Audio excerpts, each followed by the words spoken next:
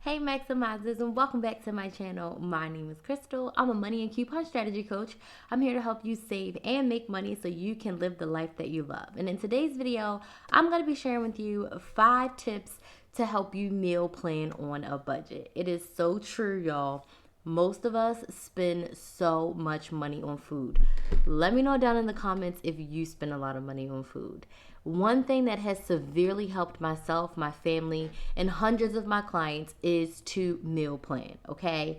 And I have a process, a strategy of meal planning that's super simple. And for today, I'm gonna break it down into 5 easy steps that you can follow to help you meal plan on a budget. Doesn't matter if you have a $20 budget or a $1,000 budget. When you meal plan, you can find meals and create things out of whatever budget you have.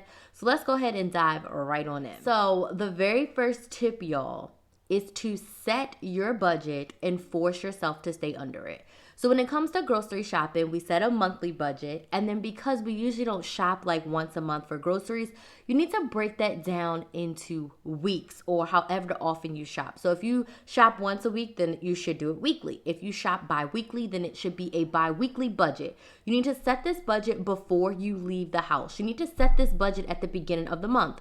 So if your grocery budget is $600 per month, then literally that means you have $150 per week. If you have $400 per month, it's $100 per week. And you can kind of set your average grocery budget based on the amount of people in your house. So each person is $100, starting at $200 to $300. So if you have 4 people, $400. If you have 5 people, $500. If you have 6 people, $600. Then you can add $20 to $30 per pet if you are buying for pets as well, because we know our fur family does cost money as well. So you use that as your starting, and then you decide how much money do I want to spend on groceries for the month, and then you break that up by week. Setting your budget and knowing what your amount is allows you to purchase things under that budget. It allows you to create meals around that budget. Now, this is completely separate from if you're eating out. And I don't want to get super detailed, but if you're eating out, you need a separate eating out budget. This is strictly for you cooking at home, breakfast, lunch, and dinner to take to work or what have you. So tip number 1 is to set your budget before you leave the house at the beginning of the month. Second tip, to really help you stay under this budget and use what you already have, you want to check your fridge, your freezer, your pantry. What do you already have that you can make a meal from? So I do this. I check our freezer first to see what meats we have. Then I check our fridge to see what fresh produce do we have. Onions, red peppers, green peppers. We buy salad. What do we have that we need to get rid of? And then I check the pantry for like the stock up staple things that we have. And then I also check our spice cabinet to see what seasonings we have. This helps you meal plan because if you have a list of all the things that you already have, you can start to create your meals from there. Now, the third step is most important. Create meals based out of what you already have at home. So if you already have ground beef and you already have noodles, that's a perfect thing to make either spaghetti or you can make like lasagna, because literally all you need is some pasta sauce and your produce in order to create that meal. So you see how you use what you already have to create a meal, and then you literally fill in the pieces of things that you need to complete the meal. And when I think about what I always have in my freezer, my fridge, or my pantry, I always have frozen fruit. Why? Because I like to use smoothies as a meal replacement. So instead of breakfast or instead of lunch or brunch, I will make myself a green smoothie. I actually have one right now. Courtesy of Teamy Blends is how I make my smoothies green. So I recently just got a package from Teamy. I do want to unbox it with you and tell you guys a little bit more about why I love working with Teamy and why I love making green smoothies as a meal replacement. So I already opened up the box. I wanted to show you guys. They give me this cute little Teamy tape, which I love so much. And I love Teamy Blends. So Teamy is like a health and wellness company. I've been working with them and using their products for like 2 years at this point. I started working with them like in early 2019. And basically what I really use almost every day, and if not every day, at least 5 times a week when I make a smoothie, is Teamy Green's Superfood Blend. And I love this because I don't have to buy spinach and I don't have to buy kale for my smoothies.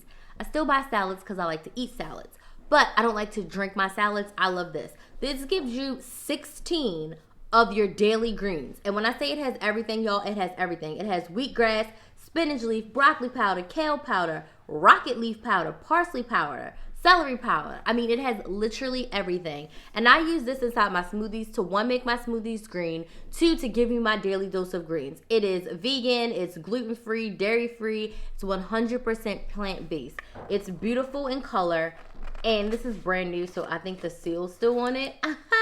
Insert a clip right here of me actually scooping it out because I don't want to break this seal because it's a brand new one.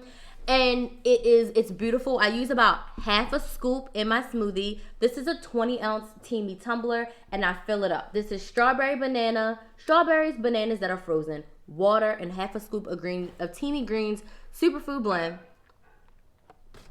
It doesn't taste chalky, and you cannot taste it. One other thing I usually like to add to my green smoothies is yogurt. So if you have any sort of non-fat yogurt, not Greek yogurt, but just regular, put it in your smoothies. It makes it super creamy. I also got a new tumbler, and as you can see, I already opened it, but I have a new tumbler. Why I love these tumblers so much is they work great for hot or cold drinks. They are double insulated, so they have this beautiful insulation, as you can see, so you're not touching your hot or your cold drink. It comes with this really awesome holder, which is great for me because today's a soccer day. I'm going to be on the move. That's why I'm drinking my smoothie in a tumbler, and I have some errands to run. Down here, we have a secret compartment. Whenever I'm drinking tea, I'll put like my extra tea in there.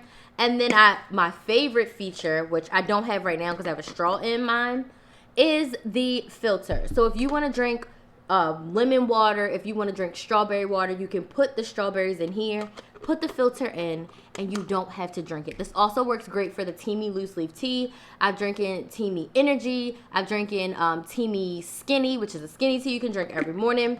I've drunk them all in this tumbler. It is the best. So you see, I have this one. It's kind of like a fall one, and this is their Dusty Rose. So if you want to try out some Teamy products, if you want to make some green smoothies as a meal replacement, it also saves you a lot of money because I think this is like 20 bucks, y'all, versus buying spinach and kale every single week. And this lasts me for like 3 months. So a great way to help you stay under budget. You can go to teamyblends.com. The link is down in the description box. Use my code Krys20 and you can save 20% off of your orders at teamyblends.com. They have a ton of products, so go check them out. Always make sure that I have frozen fruit in my freezer so that I can use that as one of my meal replacements. But again, you want to use what you have and create meals from there. Tip number 4 to help you stay under a budget and meal plan is to create a list of what you need and what you want to complete your meals while staying under budget. So let's go back to our spaghetti example. We already have noodles and we already have ground beef. So we literally just need pasta sauce. I like onions, so I put onions in mine. I also like ketchup in my spaghetti, but we already have ketchup at home. So let's just say all we're gonna put on our list is onions and pasta sauce. And then I'm also gonna add in a box of garlic bread. So do you see how instead of saying, oh, we want spaghetti, let's buy everything for spaghetti, we've looked to see what we already have. We have over half of the ingredients, so we only make a list of the ingredients that we need. Now you need to do that same thing for breakfast, lunch, and dinner for your meal plan span. So if it's for a week or 2 weeks or the month, you really need to write it all out. I like to do a broad overview for the month and then get really specific week by week when I'm actually grocery shopping. So you want to make a very detailed grocery list based off of the meals that you're already going to create with what you have already. And if you literally don't have anything already, you're starting from scratch, like when we moved into this house and we had nothing, look at your budget.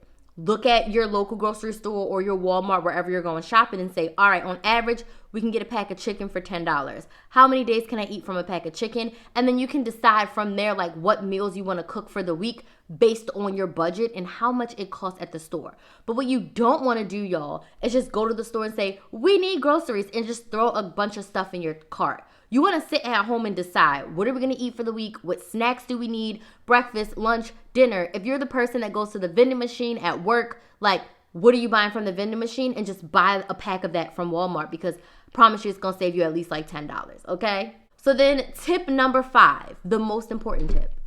Go shopping for what you need with a list. I repeat, do not go grocery shopping without a list. I repeat, do not go grocery shopping without a list. So you sat at home, you spent 45 minutes creating your meal plan, you have your grocery list, take it with you to the store. If you forget it, get your phone out and take a picture of your list as soon as you're done writing it. So that way, when you go to the store, if you forget the paper, you always have the list on your phone. So let's recap these 5 tips to help you meal plan so you can stay under budget. Tip number 1, start with your budget and set it before you leave the house. Tip number 2, check your fridge, your freezer, your pantry, and see what you already have. Tip number 3, decide what meals you want to make based off what you already have at home.